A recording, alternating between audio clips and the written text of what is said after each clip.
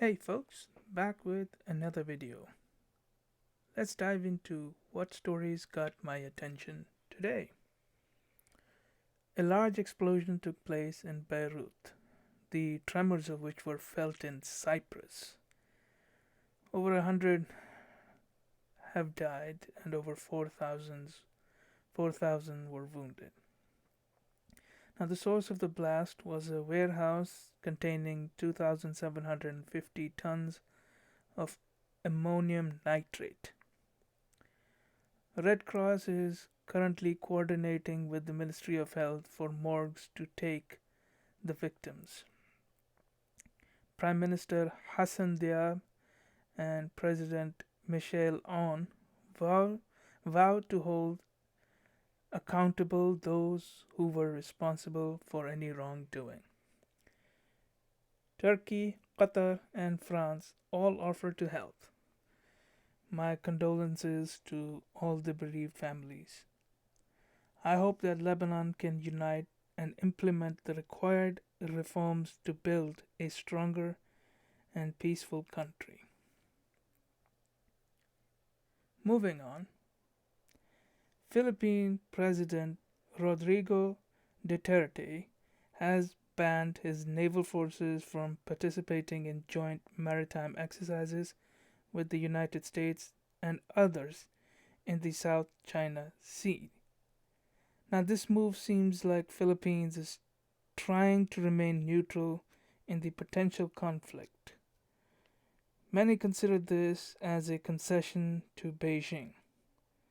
Now, while I think that the decision is right so far as preventing any potential accidents from happening in the South China Sea, because any accident there could quickly escalate into a war. However, as long as Philippines doesn't pivot to China and continues to have diplomatic channels open with both countries in the conflict, it could reduce the chances of a conflict. But there has to be pressure on the Chinese Communist Party to reform and enhance the Chinese people's right and ensure it. Moving on. While Philippines may have appeased Beijing, it seems that the US Health Secretary Alex Azar II is going to visit Taiwan, and this visit would most likely enrage Beijing. As of yet, no dates have been announced, and this is the first visit by any US cabinet member to Taiwan in 6 years. Now, the US move could be the beginning of pivoting to Taiwan's favor. The US could show Taiwan as a model that the mainland Chinese can take notes from, and maybe even the Chinese Communist Party can take notes from on how to govern properly.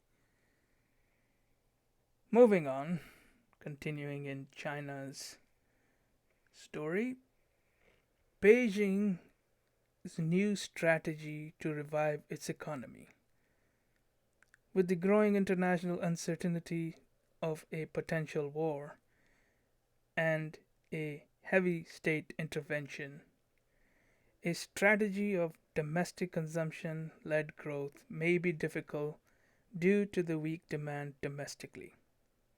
While the strategy does not change anything on its policy for international market, but rather Beijing will rely more on domestic market for growth in the economy.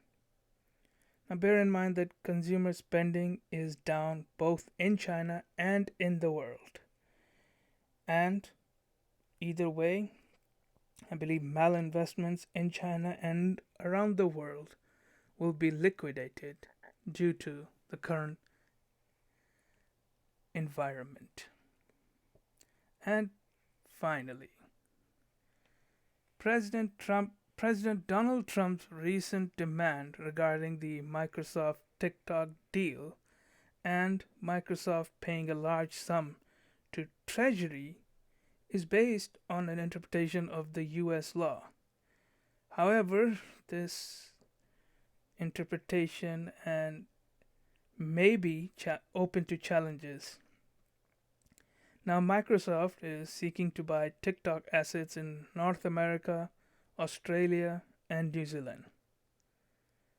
I think that President Trump spoke from the hip on this. In fact, it seems that the president likes to have some controversy around him.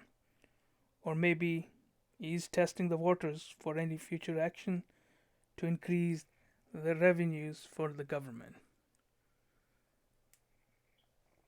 Write down in the comment what do you think the president's intention were. Anyway, that's it for this video. If you liked the video, then hit that like button and hit that subscribe button for any future updates. I'll see you in the next video.